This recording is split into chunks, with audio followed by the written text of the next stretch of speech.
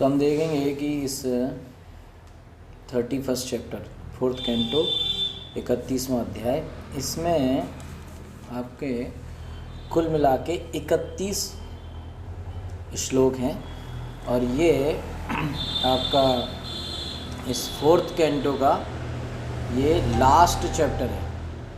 ठीक है, 4th canto का लास्ट चैप्टर है। कितने श्लोक हैं इसमें? 31 श्लोक हैं।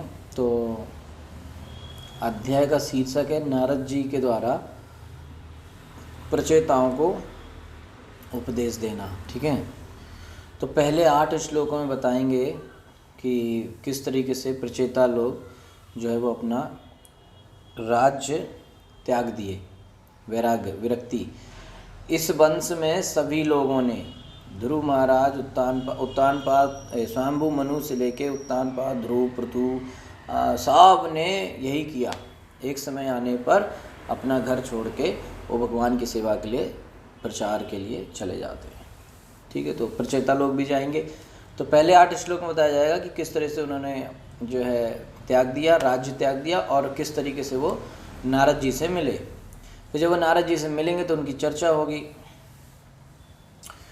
तो फिर 9वें से 14वें श्लोक तक जो बताया जाएगा नारद जी के द्वारा कि भक्तिमय सेवा, डिवोशनल सर्विस, भक्ति जो है सभी तरह के आध्यात्मिक कामों की, आध्यात्मिक क्रियाओं की, भक्ति क्या है, लक्ष्य है।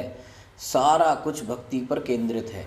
ठीक है, भक्ति ही हमारा गोल है। Goal of all spiritual practices is devotional service, भक्ति। फिर 15 से 17 श्लोक तक बताया जाएगा कि पहले क्या बताया। पहली चीज़ यहाँ बताई नारद और प्रचेताओं के इस संवाद में पहली चीज़ बता रहे हैं कि भक्ति is the goal of all spiritual practices. सारी आध्यात्मिक प्रक्रियाओं का लक्ष्य क्या है, भक्ति है। दूसरा चीज़ बताई जा रही है 15, 16, 17, 3 श्लोक में कि सुप्रीम भगवान श्री कृष्ण सारी पूजाओं का जो माने सारी पूजाएं जिसके लिए की गई हैं, की जानी चाहिए, वो कौन है? कृष्ण है। सारी पूजा पाठ जो है वो किसके माने किसके लिए करनी चाहिए? कृष्ण के लिए करनी चाहिए। भगवान कृष्ण सारी पूजाओं को स्वीकार करते हैं, कर सकते हैं, वही कर सकते हैं अकेले। और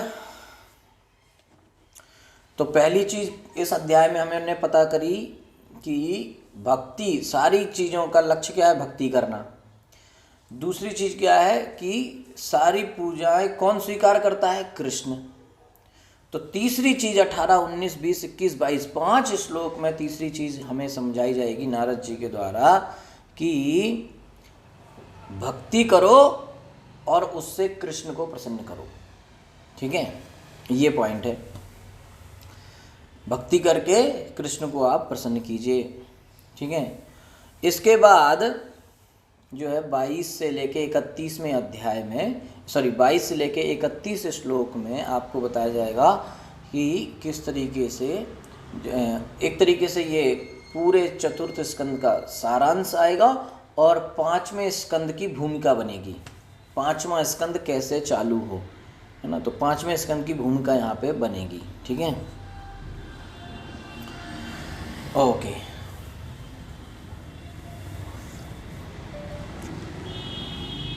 चलिए, तो हम लोग एक एक श्लोक इसको समझेंगे। अध्याय 31, प्रचेताओं को नारद जी का उपदेश। शॉर्ट में आपने पूरे अध्याय को समझ लिया कि पूरे अध्याय में क्या हो रहा है।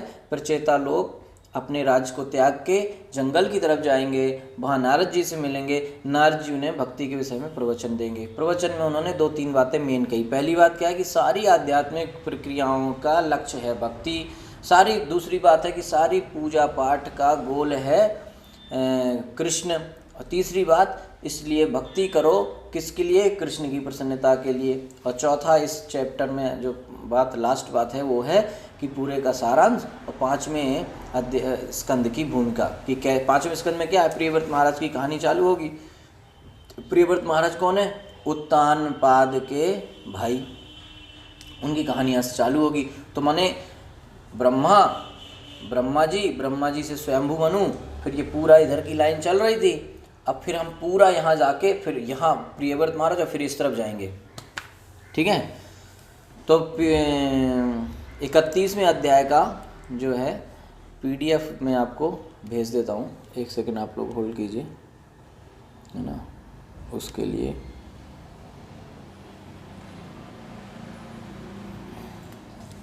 मेरे को चाहिए थोड़ा इंटरनेट मेरे कंप्यूटर में।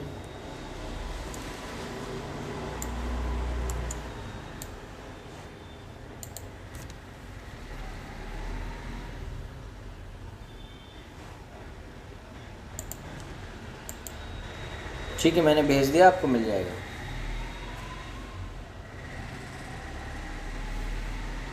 ओके, मिल गया, यस। ओके, तो 31वां अध्याय, प्रचेताओं को नारद जी का उपदेश। श्लोक संख्या 1। मैत्रेय उवाच तद उत्पन्न विज्ञान आस्वदोक्षज भाषितं स्मरन्त आत्मजे भार्यां विसृज्य प्रावरञ्जन गृहात्। मैत्रेय उवाच, मैत्रेय ने कहा, ततः तत्पश्चात उत्पन्न विकसित विज्ञान पूर्ण ज्ञान से युक्त आशु अत्यंत शीघ्र अधोक्षज भगवान द्वारा भाषितम कहे गए स्मरंतः याद करते हुए आत्मजय अपने पुत्र के पास भार्याम पत्नी को विसृज्य छोड़कर प्राव्रजन चले गए गृहात घर से।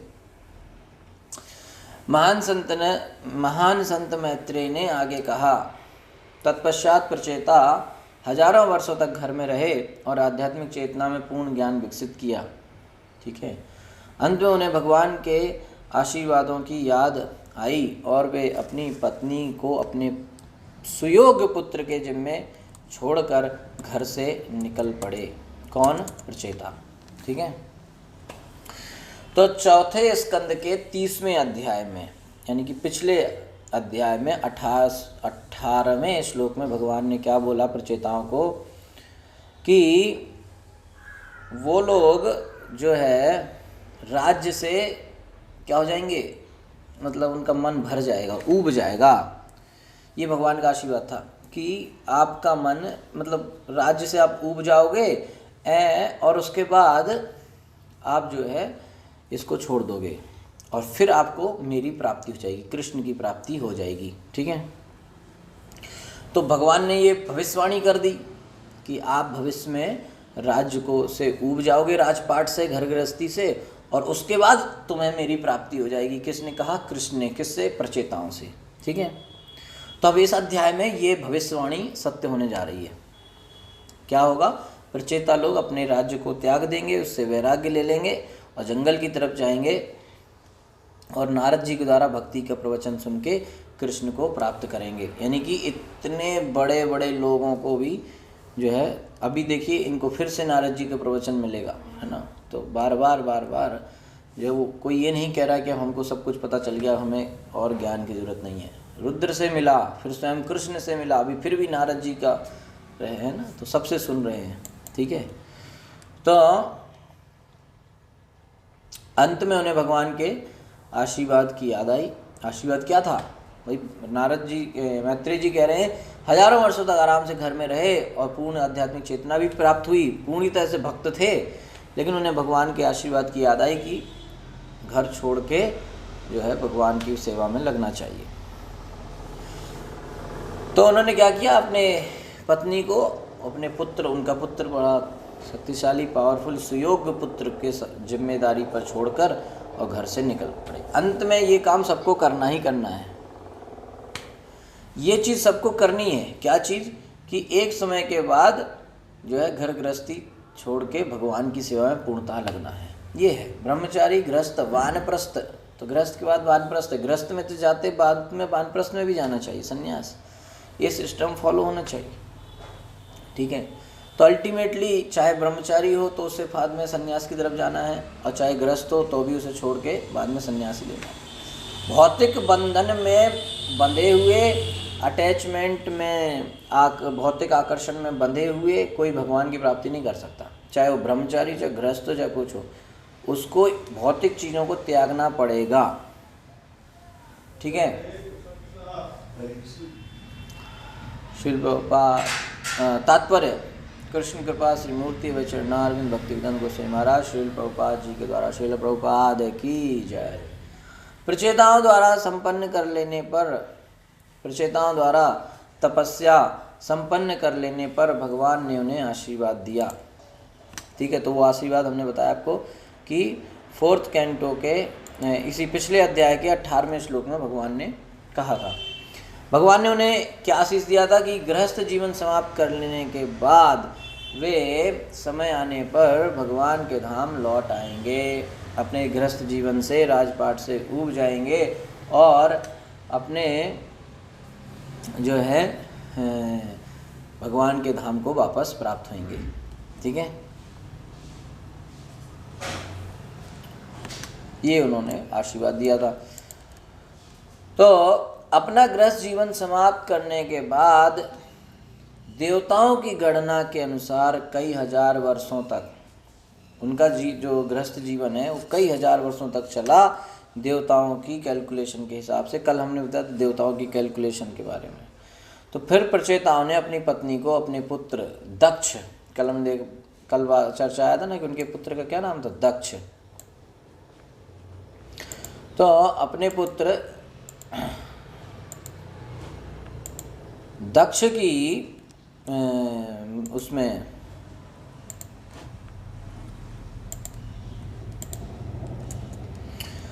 दक्ष के संरक्षण में अपनी पत्नी को छोड़ने का उन्होंने निश्चय किया। यही प्रभुपाद जी कहते हैं कि वैदिक सभ्यता में यही सिस्टम मानना जाना चाहिए। यही वैदिक सभ्यता का सिस्टम है कि एक समय के बाद व्यक्ति को अपने घर गृहस्थी को छोड़ देना चाहिए। आप देखते 3 स्कंद में भगवान कपिल देव का जो पास टाइम है, भगवान कपिल देव के लीला में उनके पिता कश्यप मुनि ने भी कर्दम मुनि ने भी घर छोड़ा। कर्दम मुनि ने शादी से पहले ही ये शर्त रखी थी। ठीक है, मतलब ऐसी शादी पहली बार आप देखोगे कि शादी की बात चल रही है, शादी अभी हुई नहीं है, शादी की बात चल रही, लड़की वाले घर आए हैं देखने और लड़का कह रहा है भाई मेरी शादी की देखो एक ही कंडीशन है कि जैसे ही संतान होगी मैं घर गृहस्थी छोड़ दूंगा, जंगल चला जाऊंगा। कौन शादी करेगा ऐसे लड़के से? वो शादी से पहले ही कह रहा है कि जैसे ही संतान होगी मैं छोड़ दूंगा घर। खतरनाक है भाई।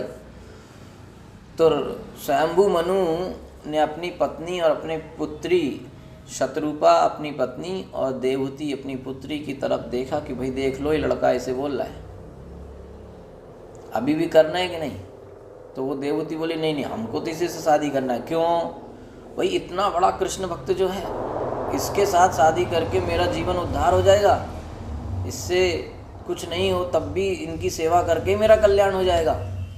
तो हमको तो इन्हीं के साथ शादी करना है, चाहे वो छोड़े चाहे कुछ और छोड़ना है, मतलब छोड़ने की बात कर रहे हैं मैंने कि कितना बड़ा इसको भगवान की भक्ति ज़्यादा महत्वपूर्ण है मेरे से ज़्यादा। तो ये बात है। तो कर्दम मुनि ने जैसे ही उनकी संतान हुई उन्होंने कभी हमको तो जाना है। तो देवहूति ने कहा नहीं अभी नहीं, आपने हमको जो है अभय प्रदान करना है। तो कर्दम मुनि, अभय माने क्या? अभय माने कृष्ण के चरण, भक्ति। तो कर्दम मुनि उनको ज्ञान देने वाले थे, लेकिन उनका नहीं अभी ये सब चीज़ नहीं समझ में आ रहा, अभी तो मेरे को आप एक पुत्र की प्राप्ति करो, है ना, सब कुछ। तो उनको फिर उन्होंने पुत्र की प्राप्ति दी। उनसे कहा आप टेंशन मत लो, आपको एक पुत्र होएगा। स्वयं भगवान कपिल देव आए, कृष्ण स्वयं कपिल देव के रूप में आए, उनका आपको पुत्र प्राप्त होगा। वो पुत्र आपको ज्ञान देगा और आपको अभय प्रदान करेगा। तो जैसे ही कपिल देव भगवान प्रकट हुए, कर्दम मुनि ने घर छोड़ दिया। तो वहाँ पर एक चीज़ प्रभुपाद जी एक प्रश्न उठाते हैं। प्रभुपाद जी कहते हैं कि भाई जब घर में स्वयं कपिल देव बैठे हैं, वो कौन है? स्वयं भगवान। कपिल देव कौन है? स्वयं भगवान है। तो बाहर जंगल में जाना, वानप्रस्थ या सन्यासी बनना, वो किस लिए करना है? वो भगवान की प्राप्ति के लिए करना है। आपके घर में कौन बैठा है? स्वयं भगवान। तो बाहर क्यों जा रहे भाई? प्रभुपाद जी खुद प्रश्न उठाते हैं कि कर्दम मुनि के घर में कौन बैठा है? कपिल देव जोगी कौन है? स्वयं भगवान। और घर गृहस्थी वाले आदमी को या किसी भी व्यक्ति को वानप्रस्थ या संन्यास में जाने की जरूरत क्यों है? ताकि वो भगवान की भक्ति कर सके, भगवान की प्राप्ति कर सके। तो जब आपके घर में ही भगवान बैठे हुए हैं तो आप घर छोड़ के क्यों जा रहे हो? कर्दम मुनि गए। तो प्रभुपाद जी उसका उत्तर भी देते हैं कि कर्दम मुनि के घर में स्वयं भगवान उनके पुत्र के रूप में बैठे हैं, तो फिर भी कर्दम मुनि जंगल में गए तपस्या करने, भक्ति करने। इसके दो कारण हो सकते हैं। एक कारण तो ये कि चाहे वो कितना भी कोई हो, लेकिन एक पुत्र का भाव तो आएगा ही, है ना। और दूसरा कि पहली चीज़ तो ये हो गई कि वो आएगा, और दूसरी हो गई कि कर्दम मुनि जो एक शास्त्र में एक नियम दिया गया है, विधान जो बताया गया है शास्त्र का, उस विधान को फॉलो करना चाहते हैं ताकि एक गलत उदाहरण आगे की पब्लिक को प्रस्तुत ना हो, साधारण जनता को एक गलत उदाहरण ना मिले। नहीं तो लोग भविष्य में कहेंगे भैया कर्दम मुनि ने तो घर छोड़ा नहीं था, वो तो अंदर ही रहे थे, तो हम भी नहीं छोड़ेंगे। तो एक गलत उदाहरण सेट हो जाएगा। तो जो महाजन होते हैं, बड़े होते हैं, वो गलत उदाहरण सेट नहीं करते हैं, वो सही करते हैं। भले का कपिल देव घर में हैं, लेकिन फिर भी वो जंगल गए ताकि एक सही एग्जाम्पल सेट हो कि हर व्यक्ति को घर गृहस्थी छोड़ना चाहिए और जंगल जाना चाहिए और आश्रम में रहना चाहिए, वानप्रस्थ संन्यास से। दूसरा कारण क्या था? दूसरा कारण था कि वो पुत्र थे तो इनका भाव दूसरा था, वात्सल्य भाव नहीं था, तो वो पुत्र का भाव आ जाएगा, तो उस तरह से ये अपना भाव डिस्टर्ब नहीं करना चाहते थे, है ना। तो प्रभुपाद जी कहते हैं कि शास्त्र का विधान यही है कि जल्दी से जल्दी जिम्मेदारियां पूरी करने के बाद व्यक्ति भगवान की सेवा में पूर्णतया लग जाए। 50 साल के बाद तो रुकना ही नहीं घर में।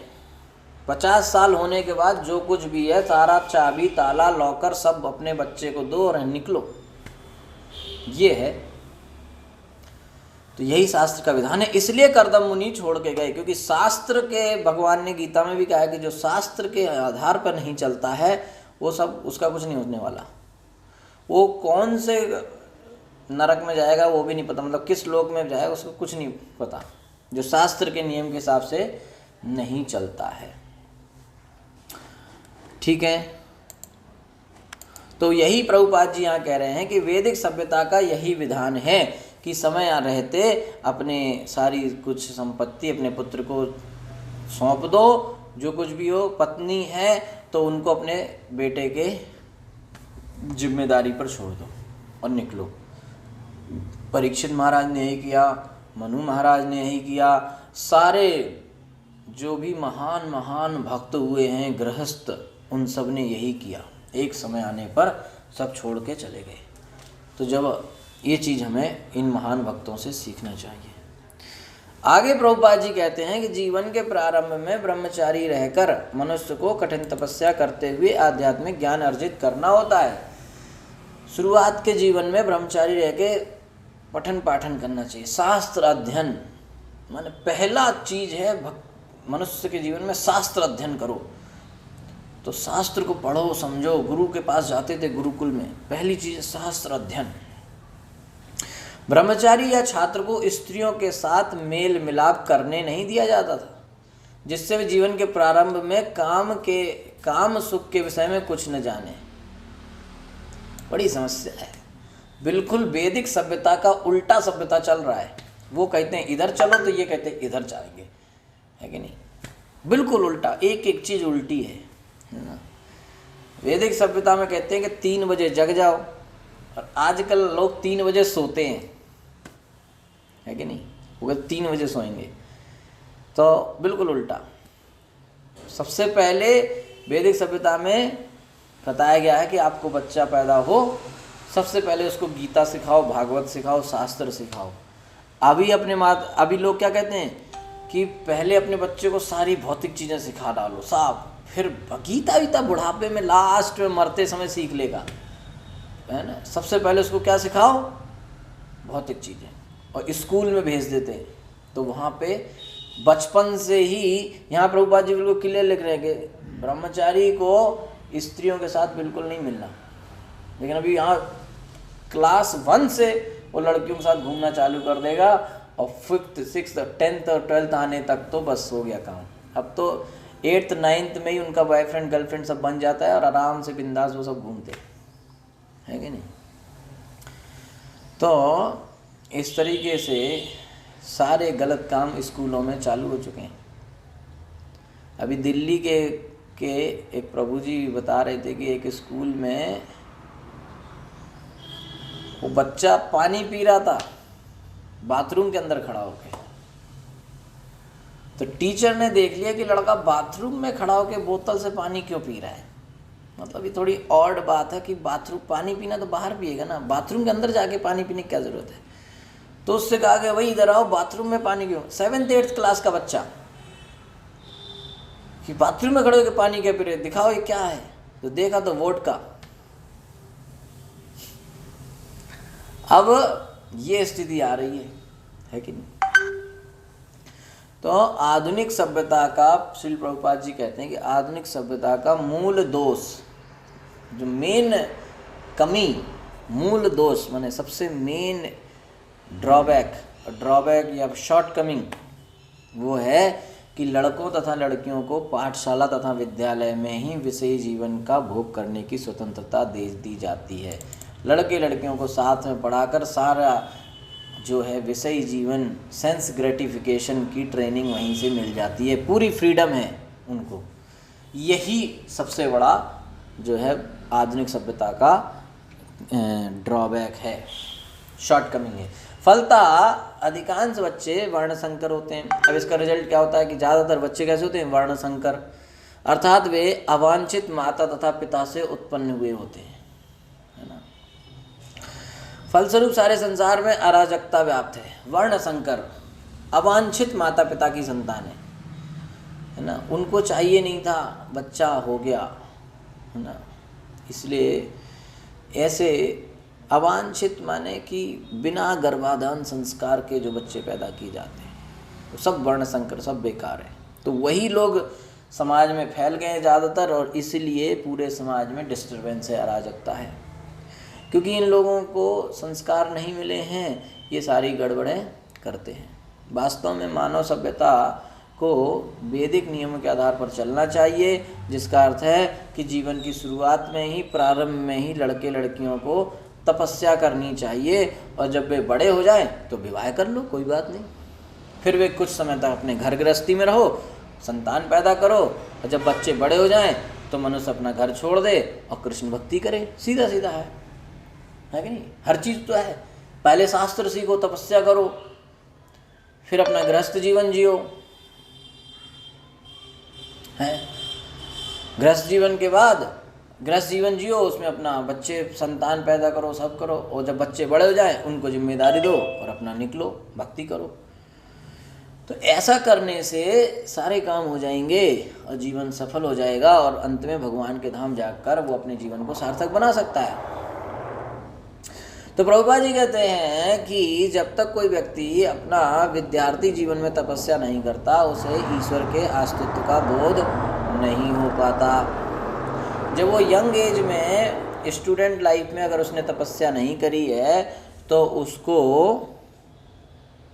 कृष्ण का ज्ञान नहीं होगा, बोध नहीं होगा, आध्यात्मिक बोध उसको होगा नहीं, ईश्वर के अस्तित्व का पता नहीं चलेगा, और कृष्ण के साक्षात्कार के बिना उसका जीवन पूर्ण नहीं होगा। तो रिजल्ट क्या हुआ? रिजल्ट ये हुआ कि जब लड़के, जो क्या हुआ फाइनली, हमें क्या समझना चाहिए कि जब लड़के हों, जब वो एक प्रौढ़ अवस्था में आ जाएं, तो पत्नी को अपने बच्चों की देख रेख में छोड़ दें, तब पति कृष्ण भक्ति विकसित करने के लिए घर से चला जाए। ठीक है, जनरली 50 साल समय बताया गया, उससे पहले भी जा सकते हैं। तो 50 साल के बाद तो बिल्कुल जाना ही है अपने बच्चे। तो ये आज की डेट में बड़ा मुश्किल सा दिखता है, क्योंकि बच्चा शादी ही 35-40 में कर रहा है आजकल। 35 साल में शादी करेगा 5 साल वो बच्चा पैदा करने के लिए इंतज़ार करेगा, 40 साल में उसका बेटा होगा, बेटा बेटी जो भी है कि नहीं। और 40 साल में हुआ तो वो भी 30 साल में तो कम से कम 30-35, जब तुमने 35 साल में शादी करी तो वो भी 35 में करेगा, तो 40 और 35 75 साल तो यही हो गए, है कि नहीं, है ना। मतलब 75 साल तो यही हो गए, तो 75 साल के बाद उसकी शादी होगी, तब तो तुम जिम्मेदारी से निपटोगे, है ना। और चलो नहीं भी करोगे तो 25 साल तक तो रुकोगे, जब तक उसकी जॉब वॉब लग जाए। तो 40 और 20 60 65 साल हो गए, है ना। तो 65 साल टिकेंगे क्या? थोड़ा मतलब 40 साल के बाद ही आदमी, डॉक्टर कहते हैं कि सारे चेकअप का 25 साल के बाद तो चेकअप चालू हो जाते हैं, 40 साल के बाद तो बस जितना ज़्यादा जी रहे हैं उतना बोनस समझें। तो पहले क्या होता था कि 20-22 साल में उन्होंने शादी किया, 25 साल तक उनका बेटा हुआ, उसकी भी 20 साल बाद शादी हो गई, तो 40-45 साल में बच्चे का शादी करके वो अपनी जिम्मेदारियों से मुक्त हो जाते थे। 50 साल तक हर हालत में मुक्त हो जाते थे और 50 साल के बाद अपना भक्ति करते थे, ठीक है। तो बहुत समस्याएं हैं भौतिक जगत में इस समय जो है, बड़ी समस्याएं चल रही हैं, कैसे आदमी भक्ति करे।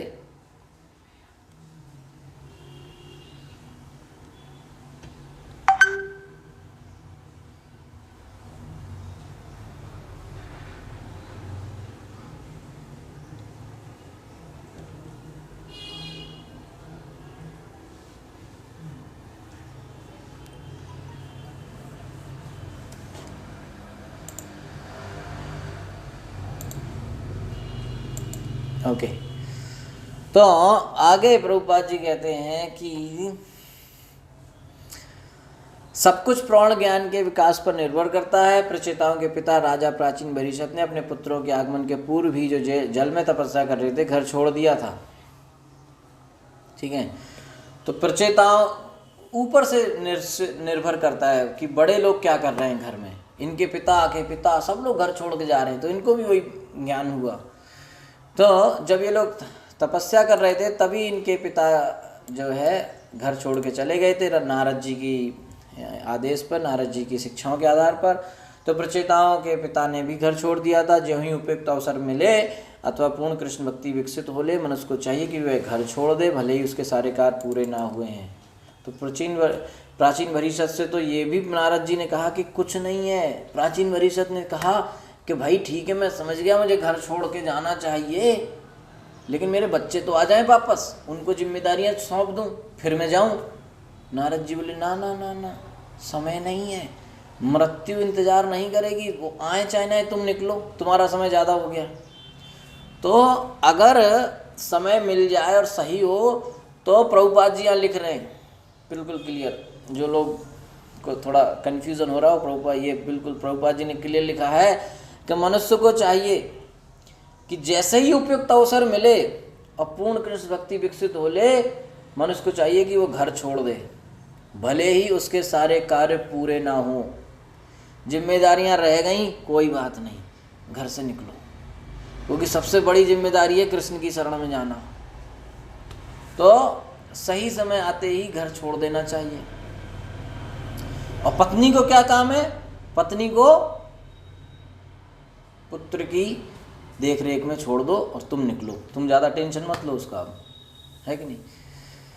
इसलिए पहले के लोग सोचते थे कम से कम एक पुत्र तो हो जो बाद में हमारा भक्ति में सहायता करेगा, कि माता का ध्यान रखेगा, मैं भक्ति करूँगा, और अगर छोटी मोटी भक्ति में कमी रही तो वो भक्ति करके हमारे लिए श्राद्ध करेगा, पूजा करेगा, सब करेगा, हमका उद्धार होगा। तो पहले प्राचीन भरीषत अपने पुत्रों के आने की प्रतीक्षा कर रहा था, किंतु नारद के उपदेश से ज्यों ही उसकी बुद्धि जगी, उसने अपने मंत्रियों से कहा कि वे उसके आदेशों को पुत्रों तक पहुंचा दें। इस प्रकार उनके आने की प्रतीक्षा किए बिना उसके घर का परित्याग कर दिया। बच्चे आ ही नहीं पाए वापस, पिताजी पहले ही संन्यास में निकल गए। तो मनुष्य के लिए सुखप्रद गृहस्थ जीवन का त्याग सर्वथा आवश्यक है। प्रभुपाद जी कह रहे हैं कि आदमी को बिल्कुल नेसेसरी है ये चीज़, कि वो सुखप्रद जिस गृहस्थ जीवन में बड़ा आनंद रहता है उस गृहस्थ जीवन को त्याग दे, सर्वथा आवश्यक है। प्रभुपाद जी लिख रहे हैं कि बिल्कुल आवश्यक है कि इसको छोड़े। और प्रहलाद महाराज ने इसी बात का उपदेश दिया है, हित्वात्म पातम गृह अंधकूपम। भौतिकतावादी जीवन शैली समाप्त करने के लिए मनुष्य को तथा कथित सुखप्रद गृहस्थ जीवन छोड़ देना चाहिए, क्योंकि यह आत्मा के हनन का हित्वात्म पातम, आत्मा के हनन का साधन मात्र है। आत्मपातम, ये जो सुखप्रद गृहस्थ जीवन है ना, ऐसा गृहस्थ जीवन जिसमें सुख मिल रहा है, तो उसके आगे प्रभुपाद जी ने लिख दिया तथा कथित, सो कॉल्ड हैप्पीनेस। आपको लग रहा है कि ये आपको आनंद मिल रहा है ना। इसलिए प्रभुपाद जी ने जो भागवतम में 2 स्कंद में आ रहा है ना, ऊंट का उदाहरण, ऊंट जैसा, ऊंट को लगता है कि वो आनंद ले रहा है, वो कांटे चबाता है, कांटे उसके मुंह में चुभते हैं और कांटों से खून निकलता है, खून का रस, उसको लगता है कि खून का स्वाद जो है वो कांटों का स्वाद है, कांटे चबा चबा के उसको मज़ा आ रहा है। वो सोचता है कि मज़ा कांटे चबाने में आ रहा है, उसको नहीं पता कि खून उसका ही खून है जिसको वो स्वाद ले रहा है।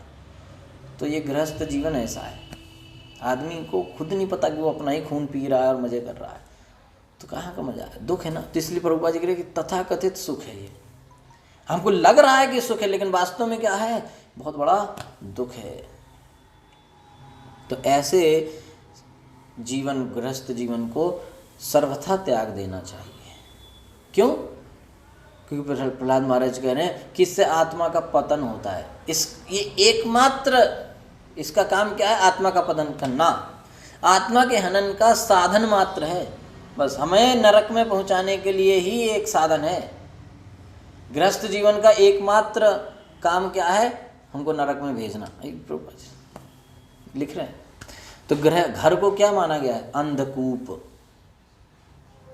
गृहम अंधकूपम, घर माने ऐसा अंधकूप, अंधकूप माने बिल्कुल काला कुआं, अंधेरा वाला कुआं, जिसमें कोई होप नहीं है कि व्यक्ति इससे बाहर निकल पाएगा। बता रहे तो घर को अंधकूप माना गया है, जो घास पात से ढका रहता है। यदि कोई इसमें गिरता है तो लोगों से उपेक्षित होकर वह मर जाता है ना। अतः मनुष्य को मतलब वो ऐसा कुआं में गिर गया कि अंधेरे कुएं में गिर गया, ऊपर से पत्ते उत्ते भी पड़े रहते हैं, दिखता भी नहीं है, तो कोई उसको बचा भी नहीं सकता। फिर मतलब ये स्थिति है कि उसको कोई बचा भी नहीं सकता उस कुएं से, क्योंकि किसी को दिखेगा ही नहीं, पड़ा है नीचे, ना आवाज़ आएगी ना कुछ, पड़ा है, गया। अतः मनुष्य को गृहस्थ जीवन में अत्यधिक लिप्त नहीं होना चाहिए, क्योंकि इससे यह मनुष्य की कृष्ण भक्ति के विकास को नष्ट कर देता है। गृहस्थ जीवन में प्रभुपाद जी कह रहे हैं कि गृहस्थ जीवन में अत्यधिक लिप्त नहीं होना चाहिए, नहीं तो क्या होगा, कृष्ण भक्ति के विकास को नष्ट कर देगा। ये जो कुछ भी भक्ति में थोड़ा विकास हो रहा है, प्रोग्रेस हो रही है, उसको नष्ट कर देगा। सत्य वचन प्रभुपाद जी कह रहे हैं तो सत्य ही होगा भाई, है कि नहीं। तो इतना जो है प्रभुपाद जी ने बिल्कुल क्लियरली बताया। ठीक है, तो दूसरा श्लोक, पहले और दूसरे श्लोक में प्रचेता लोग अपना जो है घर गृहस्थी छोड़ते हैं, रिटायरमेंट, है ना। कहाँ गए, घर छोड़ा तो गए कहाँ, अगले श्लोक में आ रहा है, दीक्षिता ब्रह्मसत्रेण सर्वभूतात्म मेधसा प्रतीच्याम दिशि वेलायाम सिद्धो अभूधत्र जाजलिहि। दीक्षिता, संकल्प करके, ब्रह्मसत्रेण, परमात्मा के ज्ञान द्वारा, सर्व समस्त भूत जीव आत्ममेधसा, आत्म अपने स्वरूप को मानते हुए, प्रतीच्याम पश्चिमी दिशि, दिशा में, वेलायाम समुद्र तट पर, सिद्ध पूर्ण अभूत हो गया, यत्र जहाँ, जाजली ऋषि जाजली। प्रचेतागण पश्चिम दिशा में समुद्र तट की ओर गए, जहाँ जाजली ऋषि निवास कर रहे थे। उन्होंने वह आध्यात्मिक ज्ञान पुष्ट कर लिया जिससे मनुष्य समस्त जीवों के प्रति संभाव रखने लगता है। इस तरह वे कृष्ण भक्ति में पटु हो गए। तात्पर्य, ब्रह्मसत्र शब्द का अर्थ है आध्यात्मिक ज्ञान का अनुशीलन। वास्तव में वेद तथा कठिन तप ये दोनों ब्रह्म कहलाते हैं। वेदस्तत्वम तपो ब्रह्म, ब्रह्म का अर्थ है पर ब्रह्म, परम सत्य। तो वेद ब्रह्म का अर्थ है पर ब्रह्म या परम सत्य भी है। मनुष्य को वेदों के अध्ययन तथा घोर तपस्या द्वारा पर ब्रह्म विषय ज्ञान का अनुशीलन करना होता है। प्रचेताओं ने इस कार्य को समुचित रूप से संपन्न किया, फलता वे समस्त जीवों पर संभाव प्राप्त कर सके, जैसा कि भगवद गीता में पुष्ट होता है 18:54 में। ब्रह्मभूत प्रसन्नात्मा न शोचति न कांक्षति, समा सर्वेषु भूतेषु मद्भक्तिम लभते पराम। मुक्त पुरुष को तत्काल पर ब्रह्म की अनुभूति होती है तथा वह पूर्णतः प्रसन्न हो जाता है। ब्रह्मभूत प्रसन्नात्मा, और क्या होता है, वह ना शोक करता है ना किसी वस्तु की इच्छा करता है। जो चीज़ चली गई है, खो गई है, उसका न शोक करता है और न जो चीज़ है नहीं उसकी इच्छा करता है। न शोचति न कांक्षति, और क्या करता है, समः सर्वेषु भूतेषु, समस्त प्रकार के जीवों पर समान भाव रखता है। और इससे क्या होता है, मद भक्तिम लभते पराम, इस अवस्था में उसे मेरे प्रति शुद्ध भक्ति योग की प्राप्ति होती है। कौन कह रहा है, कृष्ण कह रहे हैं कि जो व्यक्ति इस तरह से रहता है उसको मेरे प्रति शुद्ध भक्ति प्राप्त होती है।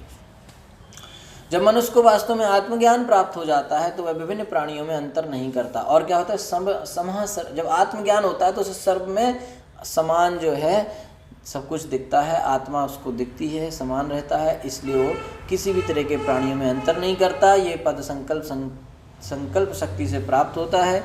जब पूर्ण ज्ञान प्रसार करता है तो उसे जीव का बाह्य आवरण दिखना बंद हो जाता है। जब पूर्ण ज्ञान, तो बाह्य आवरण, शरीर का आवरण दिखना बंद हो जाता है, तो सबके अंदर उसको जीव आत्मा ही दिखती है। ठीक है ना। तो जैसे अभी हमको कोई लाल रंग का कपड़ा पहना, कोई काला रंग का कपड़ा पहना, कोई कोट पहना, कोई शर्ट पहना, कोई कुर्ता पहना, पर हमको सब दिखते मनुष्य ही हैं, है कि नहीं। ऐसे ही उसको, क्योंकि हमारे लिए ये चीज़ उतने मैटर क्या करता है, असली, तो ये भी नकली है। तो उसके लिए ये बाह्य आवरण, शरीर का बाह्य आवरण दिखना बंद हो जाता है कि ये शरीर हाथी का शरीर है कि घोड़े का शरीर है कि कुत्ते का है कि इंसान का है, क्या है। ये बाह्य आवरण दिखना बंद हो जाता है, सबके प्रति समान भाव से देखता है। उसे शरीर के भीतर आत्मा दिखने लगता है। इस प्रकार से मनुष्य तथा पशु में और एक विद्वान तथा ब्राह्मण तथा एक चंडाल में अंतर नहीं दिखता। विद्या विनय संपन्ने ब्राह्मणी गवि हस्तनी सुनी चैवा स्वपाके च पंडिता समदर्शिना। पंडित कौन है, जो समानदर्शी है, उसको विद्या विनय संपन्ने, ज्ञानी में और अनपढ़ में कोई भेद नहीं दिखता, ब्राह्मण में कोई भेद और अनपढ़ गंवार में कोई भेद नहीं दिखता, मनुष्य तथा पशु में कोई भेद नहीं दिखता, हाथी हो या कुत्ता हो या कुत्ता खाने वाला हो, उसके कोई भेद नहीं दिखता। पंडिता समदर्शिना, तो विद्वान पुरुष आध्यात्मिक स्तर पर सबों को एक समान देखता है और भक्त सबों में कृष्ण भक्ति को विकसित होते देखना चाहता है। जो विद्वान है वो सबको एक समान दृष्टि से देखता है और कृष्ण भक्ति ये चाहता है कि सारे लोग कृष्ण भक्ति में विकास करें। जिस स्थान पर, तो भक्त का लक्षण क्या है कि वो सबको ये चाहता है कि सारे लोग कृष्ण भक्ति में विकास करें। जिस स्थान पर प्रचेता रह रहे थे वह आध्यात्मिक कार्यों के लिए सर्वथा उपयुक्त था, क्योंकि यह बताया गया है कि वहाँ पर जाजली ऋषि ने मुक्ति प्राप्त की थी। सिद्धि या मुक्ति के इच्छुक व्यक्ति को मुक्त हुए पुरुष की संगति करनी चाहिए, यह साधु संघ कहलाता है। तो प्रभुपाद जी अंतिम बात इस श्लोक के तात्पर्य में बहुत अच्छी बात कह रहे हैं कि व्यक्ति को भक्ति करने के लिए कहाँ जाना चाहिए, जहाँ पर साधु संघ मिले, है ना। ये देखिए बोल रहे हैं कि प्रचेता लोग भी वहाँ गए जहाँ जाजली ऋषि ने मुक्ति प्राप्त की थी। पहले उस स्थान पर ऋषि मुनि ने तपस्या करी है। तो ऐसे स्थान भक्ति करने के लिए बहुत अनुकूल होते हैं, है ना। जैसे वृंदावन धाम, वहाँ पे कई साधुओं ने, वैष्णवों ने भजन किया है, वहाँ जाके भक्ति करेंगे बहुत अच्छा होगा। मायापुर धाम, है ना। तो यहाँ जहाँ हम लोग हैं, चित्रकूट में नया इस्कॉन का सेंटर बना है, तो यहाँ पर चित्रकूट में तपोभूमि है, भगवान राम स्वयं यहाँ तपस्या किए हैं और यहाँ पर बहुत सारे ऋषि मुनि आज भी रहते हैं। यहाँ पर पास में गंगा किनारे, मंदाकिनी नदी किनारे बहुत सारे आश्रम है, जंगल के अंदर बड़े बड़े ऋषि लोग तपस्या कर रहे हैं। तो उन साधुओं के साथ रह के तपस्या भक्ति करने से जल्दी जो है भक्ति में प्रोग्रेस होती है। ये साधु संघ कहलाता है। साधु संघ करने से ही भक्ति में फास्ट और बहुत तेज़ी से प्रोग्रेस होती है। ठीक है।